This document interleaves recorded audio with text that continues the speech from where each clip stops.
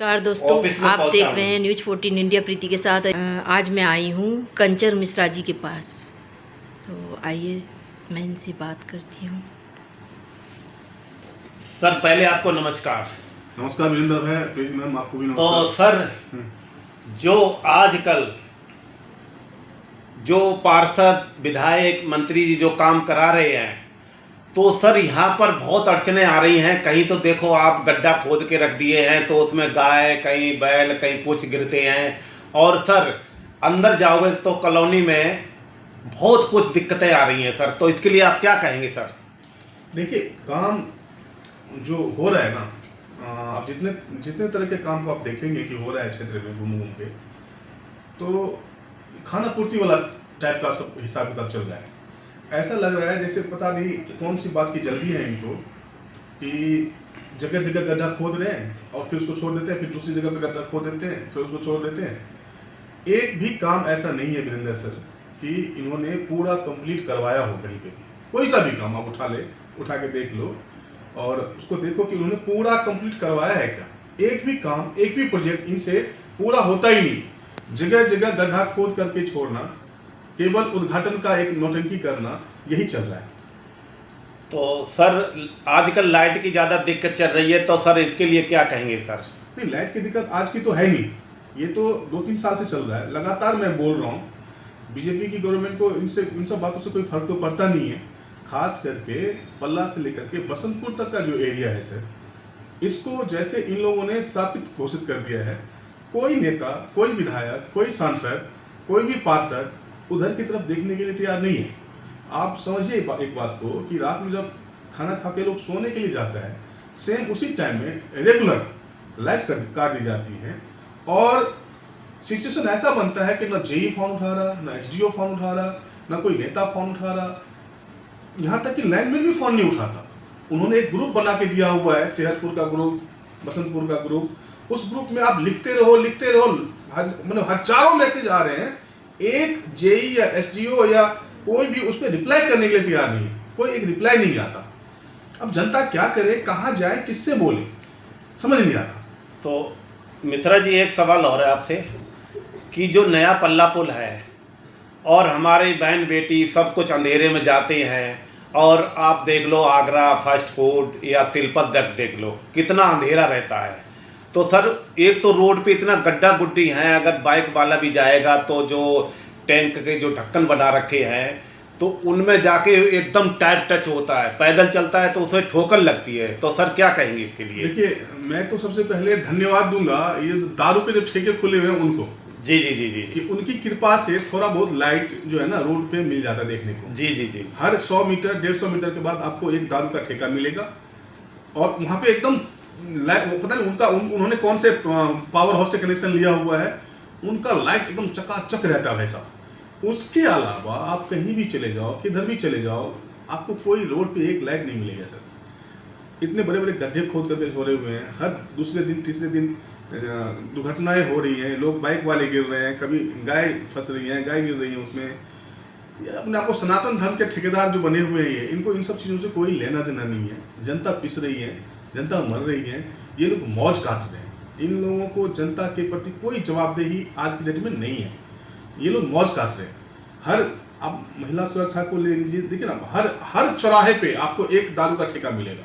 हर चौराहे पे अंधेरा है, दारू का ठेका है, चेन स्नैचिंग हो रहा है, चोरी चकारी बढ़ गई है, जगह जगह गड्ढा खोद करके रखा हुआ है, निकलने का कोई रास्ता नहीं है, जाम लगा हुआ है हर जगह पे, मतलब लाइट नहीं है, बिजली, मतलब अब कुछ भी एक भी काम। अभी बरसात आने वाला है, ठीक है ना, सीवर ओवरफ्लो हो रखा है हर जगह पे।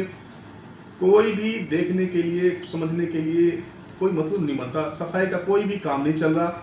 ये किस बात के पार्षद बने हैं, किस बात के विधायक बने हैं, कौन से काम करवा रहे हैं ये सांसद जी, कोई बात समझ में नहीं आ रहा। ये पल्ला से लेकर के बसंतपुर तक का एरिया को इन लोगों ने, सब ने मिल करके, बीजेपी सरकार ने 5 इंजन की सरकार जो है नर्क बना करके छोड़ा हुआ है वीरेंद्र भाई। अब इसके लिए क्या किया जाए, जनता देख रही है सब कुछ। तो सर जैसे भाई गरीब आदमी है, रात दिन में काम करेगा, अगर उसको लाइट नहीं मिलेगी तो दूसरे दिन कैसे काम करेगा? नहीं, दिक्कत तो बहुत ज़्यादा है, बहुत परेशानी है। हम भी जवाब ढूंढ रहे हैं इन लोगों से कि भाई कौन जवाब देगा।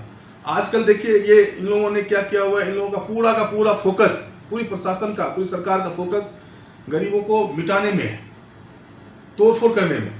ये कॉलोनी तोड़ के हटाओ, ये कॉलोनी तोड़ के हटाओ, वो कॉलोनी तोड़ के हटाओ।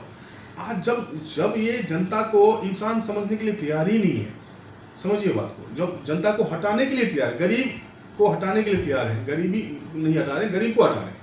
अच्छा सर, जो आजकल जो मकान है टूटने के नोटिस आए हुए हैं कई कॉलोनियों में, तो उनकी जनता के लिए आप क्या कहोगे?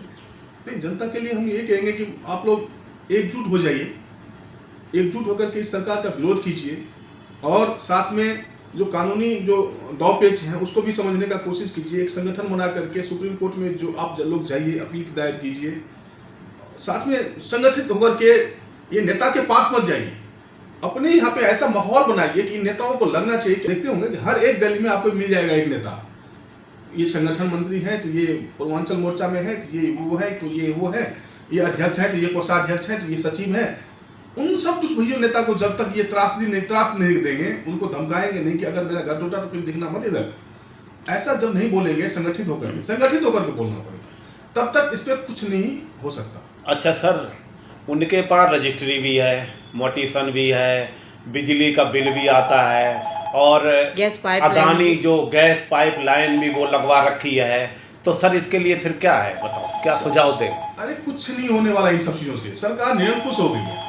आप समझिए बात को, जब सरकारें निरंकुश हो जाती है, जब विपक्ष, आज के डेट में सबसे बड़ी त्रासदी जो है ना हरियाणा की, आप देखिए विपक्ष है ही नहीं, कांग्रेस बिल्कुल गौन हो रखा है, आम आदमी पार्टी का इतना ज़्यादा अस्तित्व रहा नहीं है, अभी है नहीं यहाँ पे, एक भी न तो पार्षद है न विधायक है, तो बेचारा कितना लड़ेगा। हम लोग जो आम आदमी पार्टी में हम लोग कितना फाइट करेंगे, क्योंकि हमारे पास जो सच्चाई है, न पार्षद है न विधायक है, हम कितना फाइट करेंगे। कांग्रेस को फाइट करना चाहिए, कांग्रेस फाइट कर नहीं रही है, जमीन पे उतरने के लिए तैयार नहीं है। तो ये निरंकुश सरकार जो निरंकुश हो गई, उनको जो मन में आ रहा है, जहां से उनको फायदा मिल रहा है, लूट खसोट में लगी हुई है, और जहां से फायदा मिल रहा है वो अपना एजेंडा चला करके अपना काम कर रही है। अच्छा मिश्रा जी, कल मैंने एक न्यूज देखी थी कि भट्टा कॉलोनी में एक बच्चे का कल बर्थडे था, और बिना लाइट के उसका सब वो बेकार हो गया था। अब ये एक बच्चे का बर्थडे की बात नहीं है, मैं आपको सच बता रहा हूँ कि आप अभी देखिए ना, आपने देखा होगा, एक न्यूज और देखा होगा, यहाँ ये जो बजरंग चौक पे जी जिसके घर में तोड़फोड़ हुआ था, लाइट काट दी गई थी, जिसका FIR हुआ था, उसके यहाँ पे गेस्ट आए हुए थे, उनका घर का जो ना गृह प्रवेश था जी।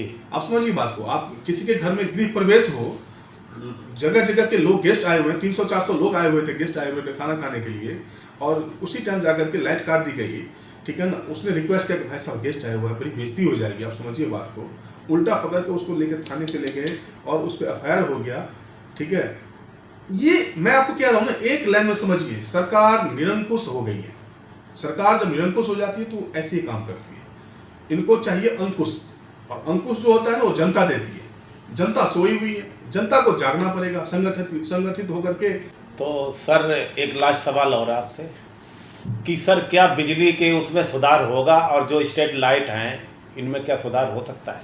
नहीं, कहाँ से सुधार होगा, जितना कैपेसिटी है, आप समझिए बात को, आज के डेट में जो चल रहा है, बिजली की जो सप्लाई चल रही है, वो 10 साल पहले जो कंजप्शन था उसके आधार पर चल रहा है। 10 साल में पूरे सेक्टर में 15-20 AC नहीं हुआ करते थे, आज की डेट में हर घर में 2-3-4 AC है। तो जब कंजप्शन बहुत ज़्यादा है और सप्लाई बहुत कम है, तो सुधार कहाँ से होगा? ये सरकार आगे की तरफ देख ही नहीं रही है। जब प्लानिंग करते हैं लोग बाग, सरकारें जब प्लानिंग करती हैं तो आगे 20 साल, 25 साल, 50 साल को सोच के प्लानिंग किया जाता है। इन लोगों के पास ना तो कोई सोच है, ना कोई नीयत है, ना काम करने का जज्बा है। इनको पता है कि भाई हमें सनातन करके, हमें भारत पाकिस्तान करके, हिंदू मुस्लिम करके हमें वोट मिलना है, जनता दे भी दे रही है, तो ये क्यों ये सब काम करने के लिए क्यों मतलब बात करेगी या क्यों करेगी? मैं एक बात कहना चाहता हूँ वीरेंद्र भाई, जनता से भी कहना चाहता हूँ कि आप जो एक्चुअल फैक्ट है ना वो समझने का कोशिश कीजिए। जो आपसे जुड़ा हुआ मुद्दा है, जो गरीबों से जुड़ा हुआ मुद्दा है, वो मुद्दा तो सामने आने ही दे रही है। वो है बेरोजगारी, वो है गरीबी, वो है शिक्षा का बेहाल होना। शिक्षा पे कोई बात करता है क्या? आपने सुना एक स्टेटमेंट दिखा दीजिए किसी सांसद का, किसी विधायक का कि हम स्कूल खोलने वाले हैं, सरकारी स्कूल खोलने वाले हैं, सरकारी स्कूल पर ध्यान दे रहे हैं। एक स्टेटमेंट दिखा दीजिए। एक हॉस्पिटल खोलने की कोई बात कर रहा है क्या? नहीं कर रहा है। जनता का दिमाग भटका के रखा हुआ है। जैसे जनता कुछ उबलने लगती है, अरे इसका घर एरिया का तुड़वाओ, ये एरिया तुड़वाओ, तो जनता उसी से नहीं उबर पा रही है कि अपना बेसिक जो उनका रिक्वायरमेंट है उसके लिए मांग करे, डिमांड करे। जनता समझ नहीं पा रही जनता करे क्या। बहुत परेशान है लोग बाग यहाँ पे। तो मिश्रा जी, फिर आपसे मिलने से धन्यवाद सर, और बहुत अच्छा लगा। तो इसी के साथ मैं अपनी बात को विराम देता हूँ। जय हिंद, जय हिंद, जय धन्यवाद, आप भारत। लोगों का भी धन्यवाद।